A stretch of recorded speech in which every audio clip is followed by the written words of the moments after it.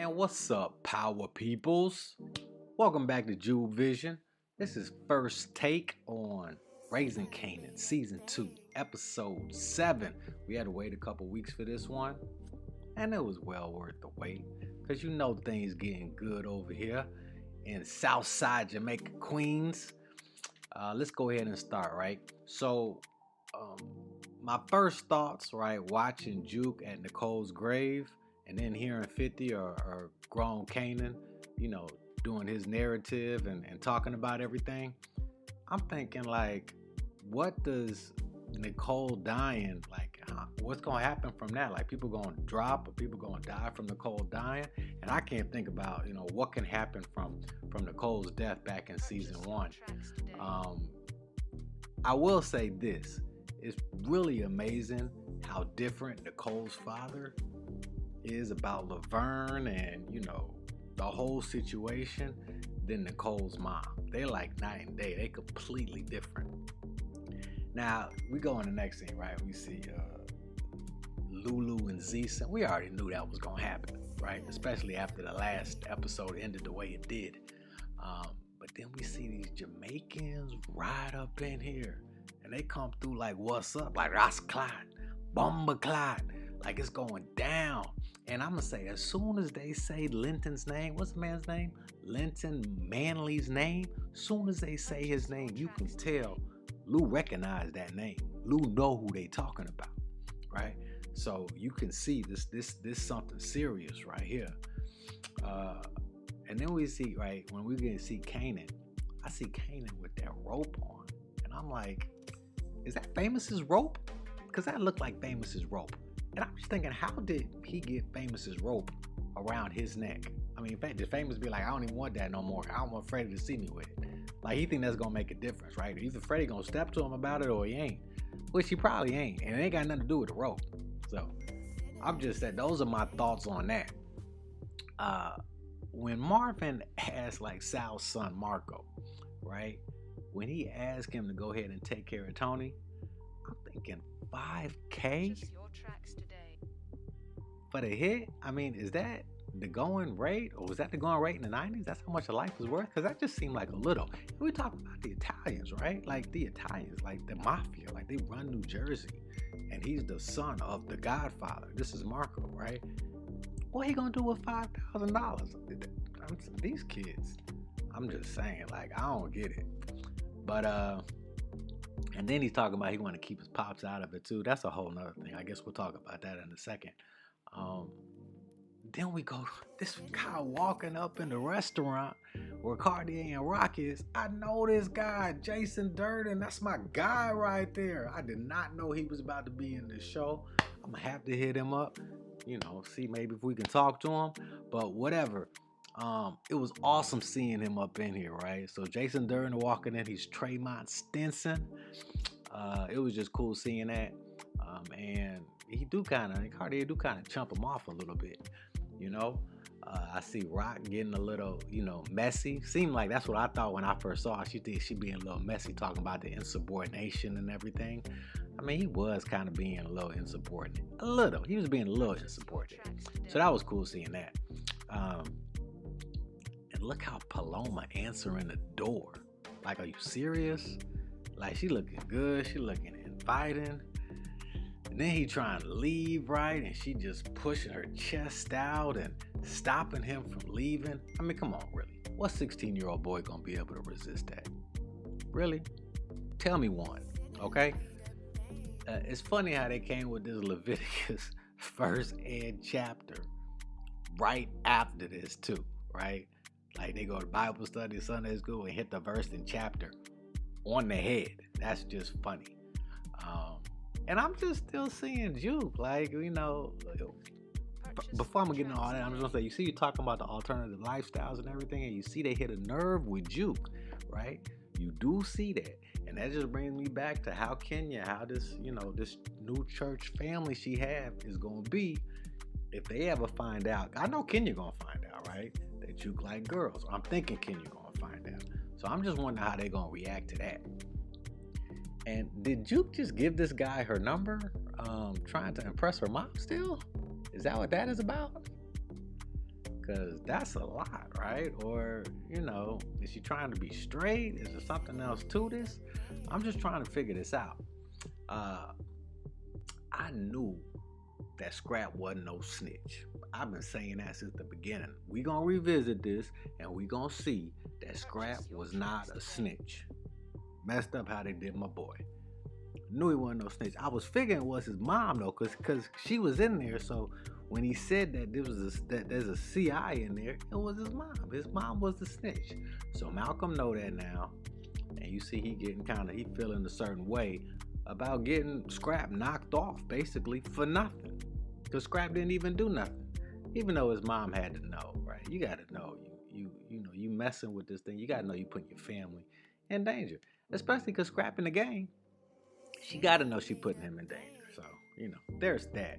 But like I said, Scrap wasn't no snitch. I knew Scrap wasn't no snitch. And Marvin, man, Marvin come in the house looking for Rock. He be giving some truth, man. He be saying some real things, right? I know I messed up. I messed up plenty, right? But I was there. I was there for you. That's Marvin for you right there, right? Damn straight. Now, Rock, boy, I'm trying to tell you, boy, Rock, boy, she ambitious. The way she stepping to Tremont, stepping to my guy, I'm telling you, she is so ambitious. And I just have to say this too. Dean was right. Cause you can't trust Rock. You can't trust Rock. If she see an opening or she see an end, she gonna get in there, right? You can't trust it. She gonna play them angles, right? She gonna press those buttons. She gonna do what she need to do. It's like she got in Cartier's head, right? Figuring that he was gonna do something about, Tremont's lip or the things that he said. And sure enough, that's exactly what he did. Tremont come around the corner looking like Cartier and pimp slapped him with some brass knuckles, eyes shining, right? So you see, that's exactly what happened. And I'm like, not my dog, right? But yeah, that's exactly what happened. And Rock stepped to him with the opening. They already showed this clip of Symphony talking. I already showed this clip of Symphony talking with Kanan, right? Telling him he about to move. I did that in my exclusive clip, so we saw that a couple days ago. So yeah, interesting scene. I'm wondering if this is really going to be the last that we're going to see of Symphony. But we already see in the preview that he going to talk to Rock about Burke stopping him. So we know we're going to see a little bit more of him in this episode. But this is my first take. So this is what I'm thinking as I'm going through everything, right? You see Neek talking to Raquel too, right? And you seeing Neek ain't stupid, right? He figuring, right?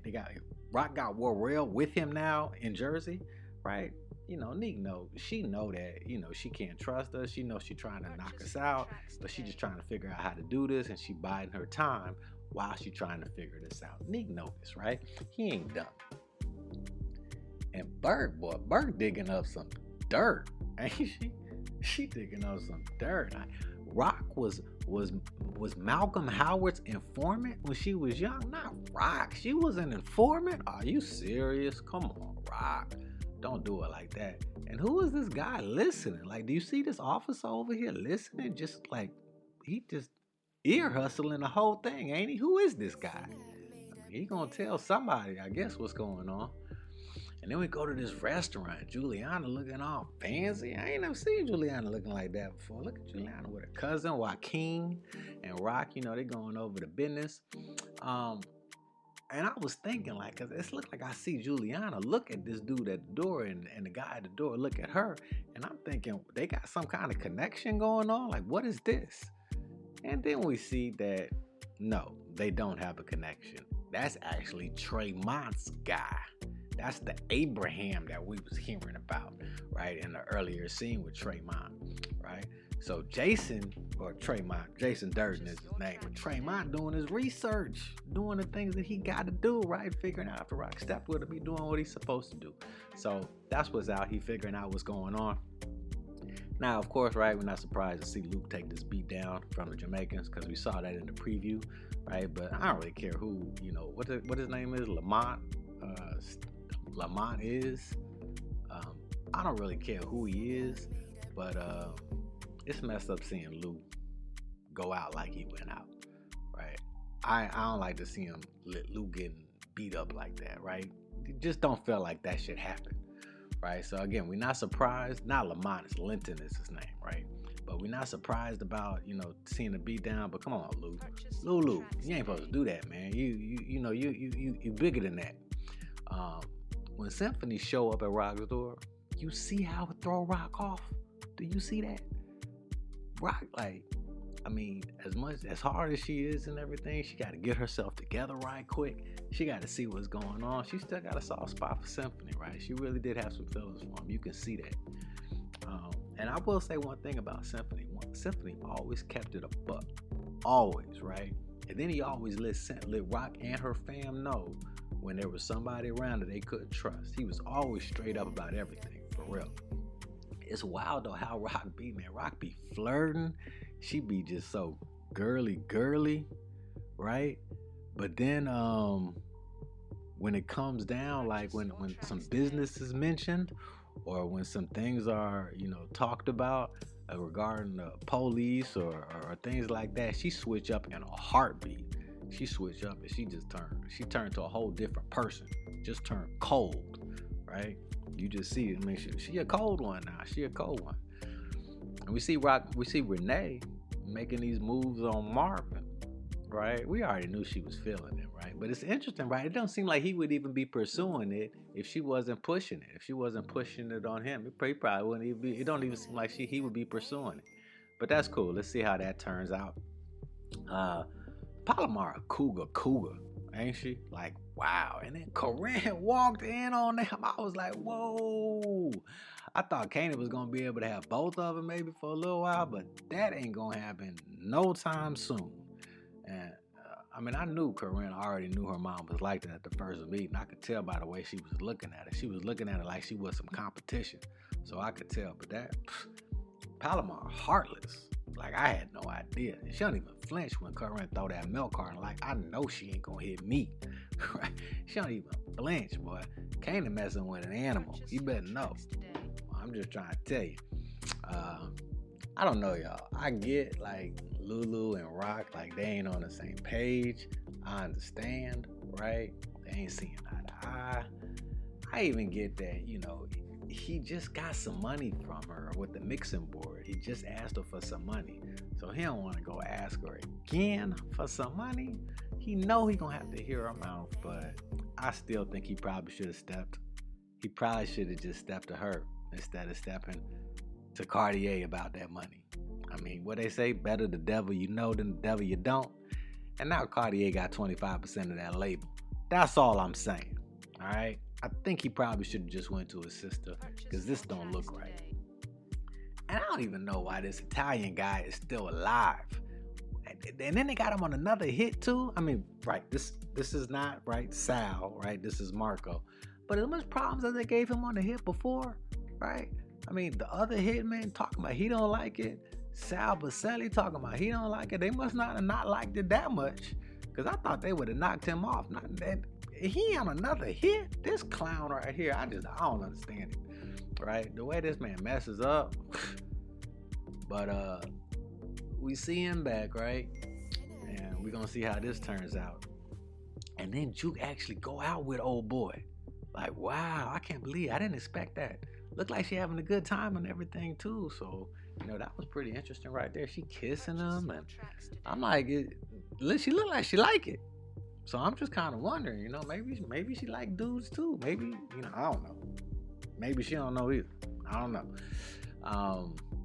And then getting back to this clown, this guy shoots Marco. Like, what?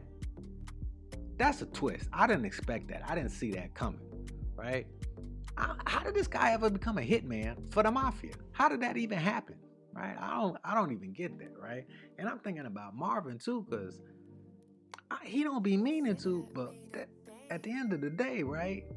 He messed up. Again, this is another mess up for Marvin. And I can see why he thought it was a good idea, right?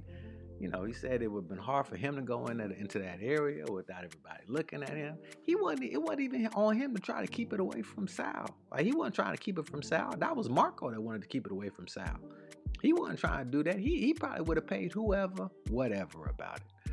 But at the end of the day, this still ain't turning out good. It is not turning out good for your boy. And it's another mess up for Marvin, is what it looks like. It's never on purpose.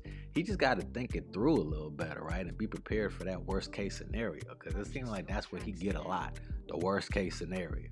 You know what I'm saying? I'm kind of surprised that Howard was so straight up with Rock about making a mistake on Scrap. Like, he just told her straight up.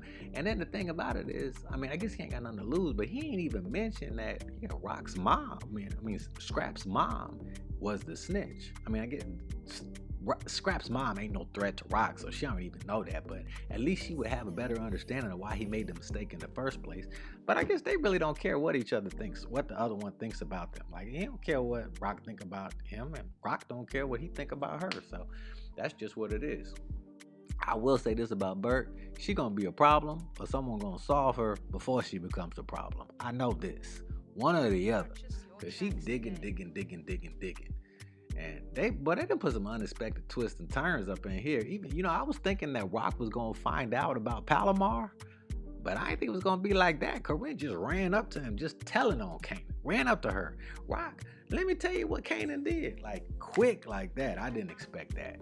And at the end, whoa, when I saw her coming up on, I'm like, no, not Symphony. No, don't do that. Damn, Rock cold.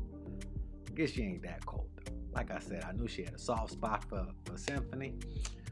She ain't had no reason to do that anyway. This guy about to move to Charlotte, and he don't really know nothing anyway, so I'm glad she ain't take him out. But this was a great episode.